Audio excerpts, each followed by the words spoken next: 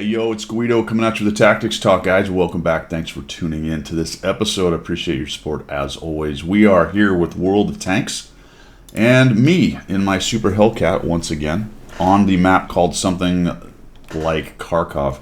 Spawned into the south on our great big green spawn point, our cap point. We've been on a bit of a kick about capping, when to, when not to, how to know you can.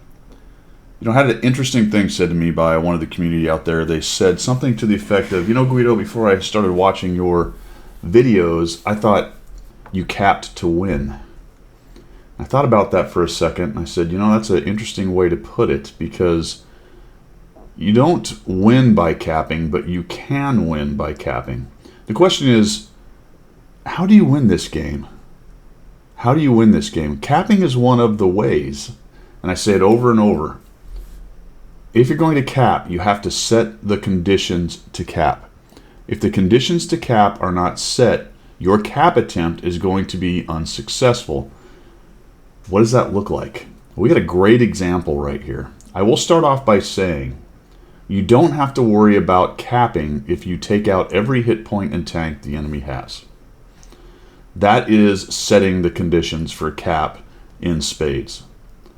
If you consider that everything you do in this game is attempting to set the conditions to cap up to the point where if you remove all the enemy tanks, there is no opposition to your cap, therefore the game ends, that I think will put capping into the right contextual framework. Does that make sense? Let's get moving here. I'm in my Hellcat. We're on Kharkov, spawned in the south. I'm going to go over to the field. This is a tier 6 and 7 battle. There are 2 artillery on each side. I am in a soft Super Hellcat, so I want to try to, at best, avoid getting artied.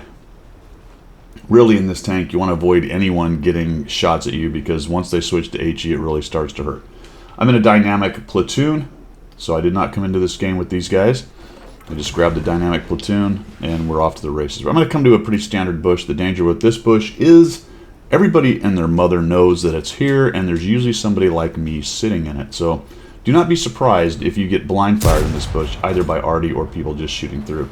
So what I did there is I moved forward to the bush, saw where that bush where there's typically a scout is, aimed about center mass, moved back to where I made my bush opaque, and took a little poke. All right, this is very important as well. I see this guy moving up.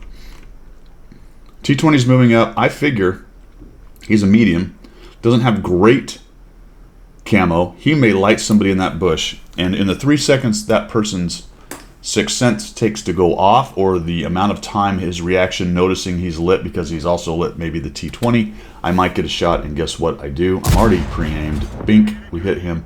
He takes a hit from the 42-57. So SA, I have a 42-57, the old Sturvalama Ding Dang there. I've got a T20 and a KV-85 down in the town, and we're paying attention. Is it time to cap? Well, anybody knows that. Sometimes it is instructive to look at the very obvious examples and start from there. I think we can all agree as a group, as a community, that it is not time to cap. Okay, we have a pretty easy frame of reference right there. We do not cap at this portion of the game. So the Super Hellcat is over there. He's hiding where TDs tend to hide. I'm going to take a little bit of a bad dispersion shot right there, and I actually track him, but we don't quite get that guy dead. Lots of campers, not much going on, and I figure, you know what? Based on what they have, I'm seeing 4 tanks down, and I might just get this Hellcat out, I think I do. 4 tanks down in the town, 2 artillery, 1 Super Hellcat, Super Hellcat that just died, and there's a Sturv there. I don't expect the HTC to be forward. I don't really expect the T25/2 to be forward.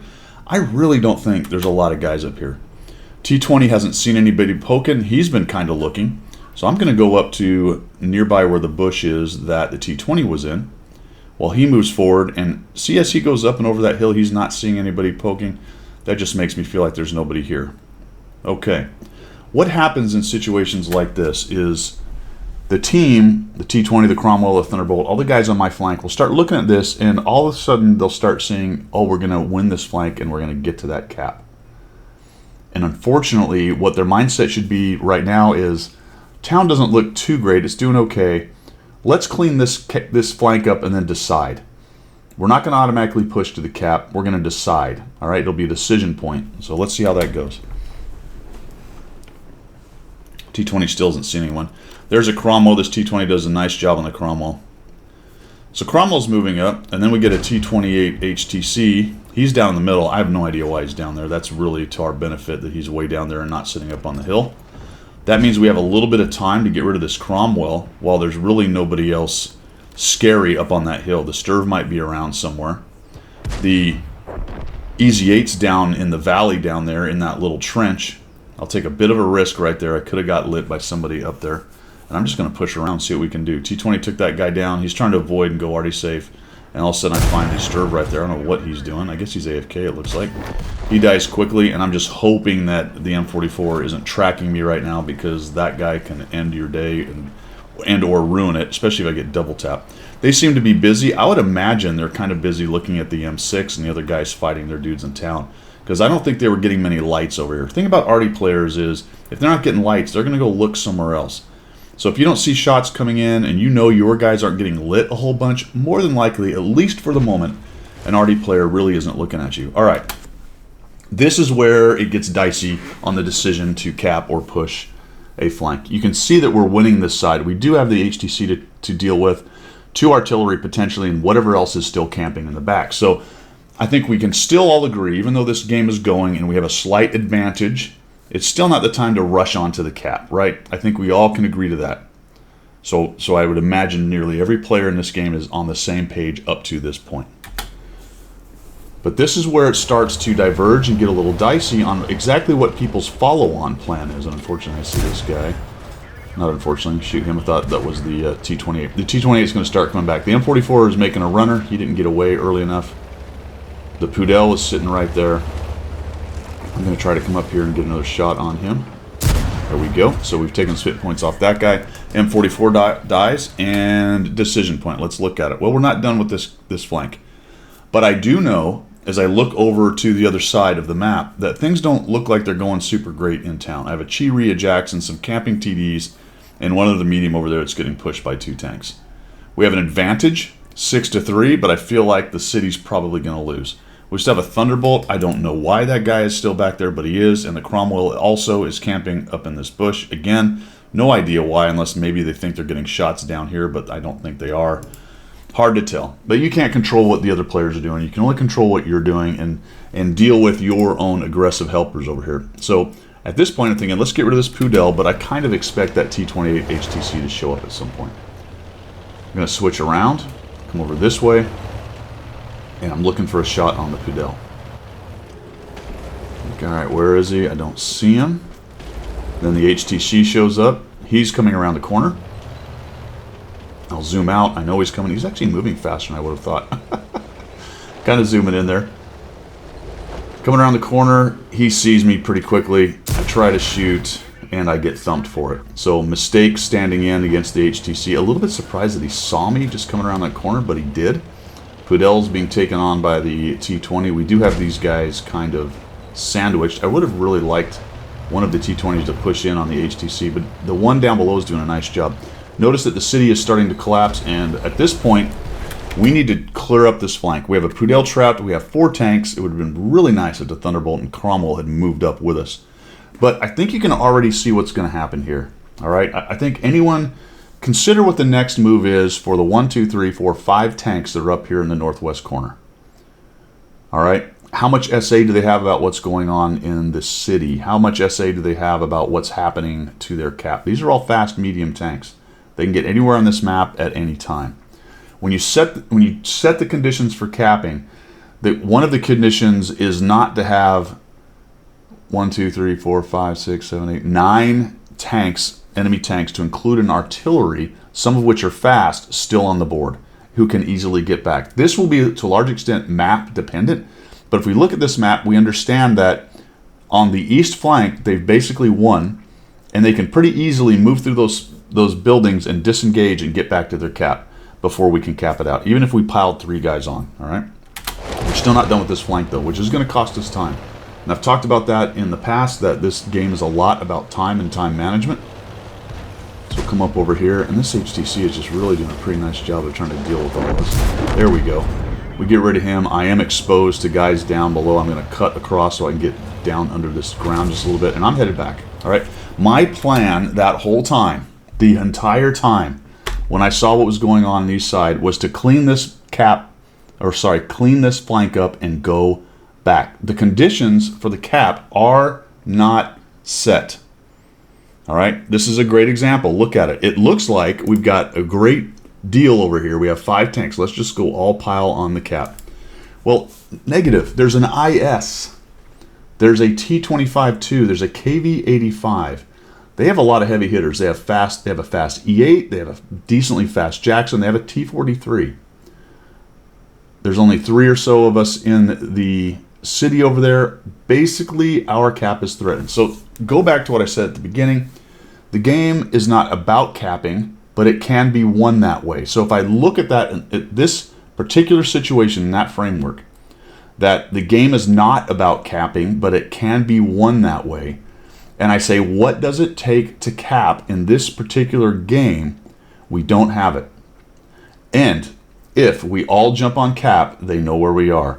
Also, too, and in addition to, you will also probably understand that most caps are very exposed. They're very difficult to get on and hide and protect unless you have a good team who knows how to screen, and you don't often have that. So the best bet in this kind of situation is to just turn all these mediums back and go back to your cap. I'm going to let this flow a little bit, and then we're going to talk about some of the advantages that you automatically gain by going back. So the KV-85 and the IS take down the Jackson. We got another 3 or 4 tanks taking on our 2 guys, the Super Pershing, or whatever it is, Super Hellcat, sorry, and whatever else is over there with him. I'm cutting across this way in case I can get a view of the IS or KV-5. Maybe get a shot through one of those little areas there. There he is. I don't want to get too far inside the white line because I don't want to be seen. In fact, that might have been slightly dangerous with the IS. Now I see the IS and the KV-85. So I'm just going to head up here to a pretty decent overwatch. There goes our Jagdpanther. The Thunderbolt came. All right. So we get to this point. Naturally, we had 2 guys push in. The other T-20 went into town. So not bad thought on his part to go in and try to screen, but he's 1 guy against their 5 or so. As soon as the alarm starts going off on the cap, they're going to start heading back.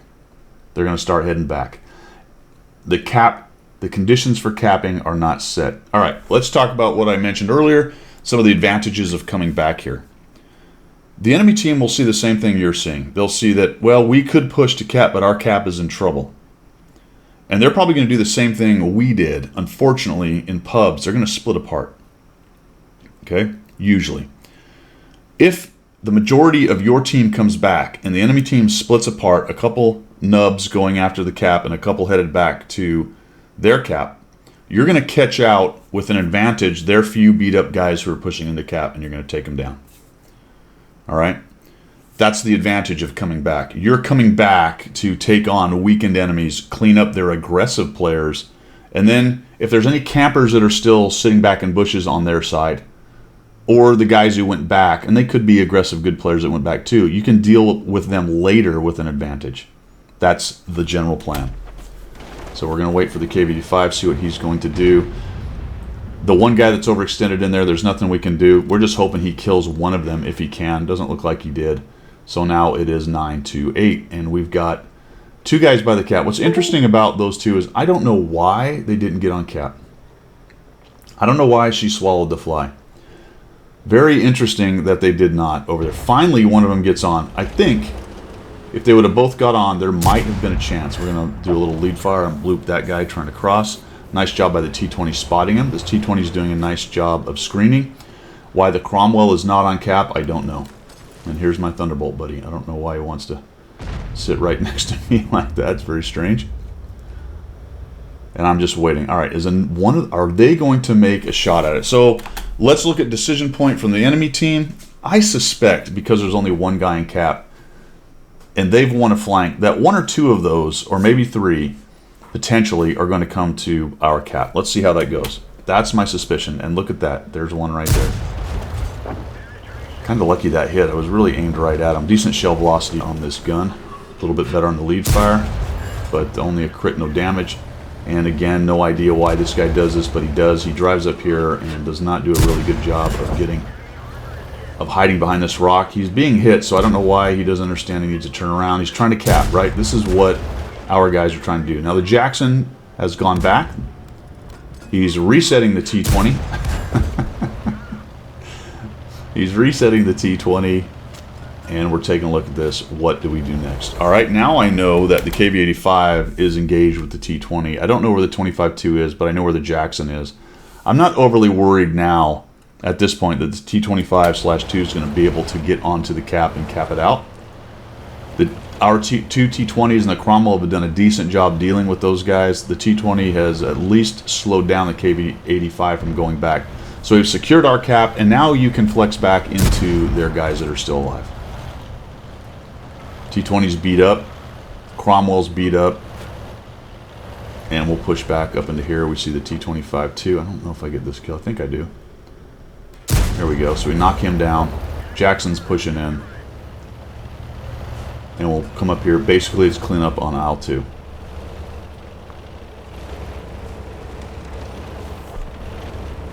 There you go, guys. Now, I would imagine there's probably people thinking, well, you know what, Guido, with them on cap, they baited some guys back, so that was useful.